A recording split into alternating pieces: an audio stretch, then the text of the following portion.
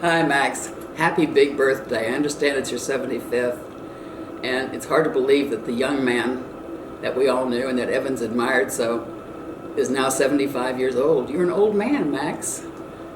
But you know, you were one of Evans' scholars. These were the Gentleman C students who he knew you could do better than that because he could tell from your writing and your book reports and your research papers. But you just never wanted to try hard enough to make A on those tests. And you called his scholars. These were the scholars. And then he had some women scholars, of course, that really did work hard and made good grades. But that was a different category altogether. But we were most surprised, I think, when we saw that you had started into politics. And that was a surprise to Evans, I think, because he felt you were pretty liberal for Georgia. But it worked. You got to the state legislature, you got to the Secretary of State position, and then when you ran for Senate, and we sent you a little money along the way to help with your campaigns, $25 or $50. And I think Evans actually opted for maybe 50 or 100 when you decided to run for the Senate, because he thought he's going to have a real battle and he needs all the encouragement he can get. Well, you won. And he was so proud. And of course he died not long after that, so he didn't get a chance to see you operate in the Senate. But he would have been so proud of your success there.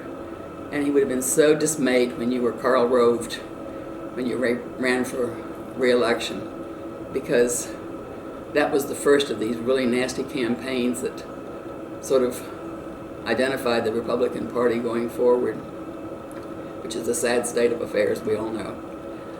But back to the better things, when I became director of the library in 2002, I asked Sue Ryan not only to be my associate director, but to take on the responsibility for archives and special collections. And being Sue, she did all of that. And then in 2007, I think it was, you called me and said that your official papers, of course, were at Georgia and were in Georgia, and the VA papers and your Senate papers. But what about your Vietnam papers and all of your memorabilia from Vietnam days? And I said, we would love to have that here, Max, because that was what you did right after you left Stetson. You got your master's degree and then at Georgia, and then you went into the Army.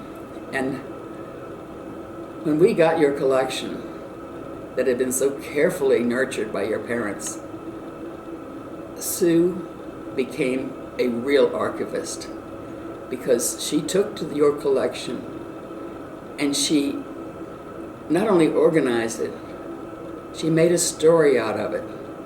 And it's a story that will teach people not just about Max Cleland, the young man, but also about what our young people faced in Vietnam on a very micro scale. The tapes that you made and sent to your parents were devastating in a sense in that they seemed so commonplace, and yet you could hear the shelling in the background. We could hear you comparing current day events to what you had learned in your history classes. So you had learned from those classes. You just weren't putting it on your exams.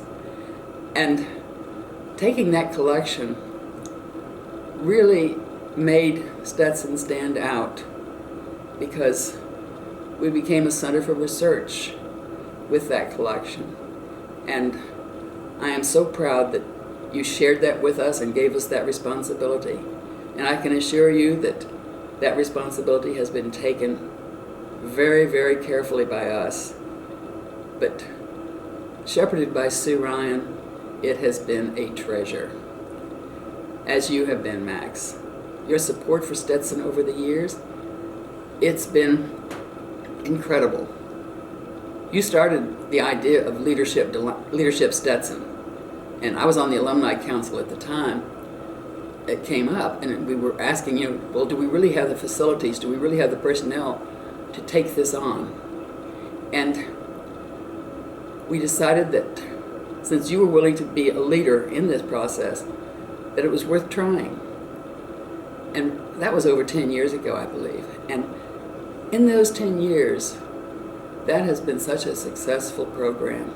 We have actually been able to staff some of our advisory boards and even the Board of Trustees with some of the alumni from that Leadership to Land program, because you reinvigorated those people's interest in Stetson and you made them fall in love again with their alma mater.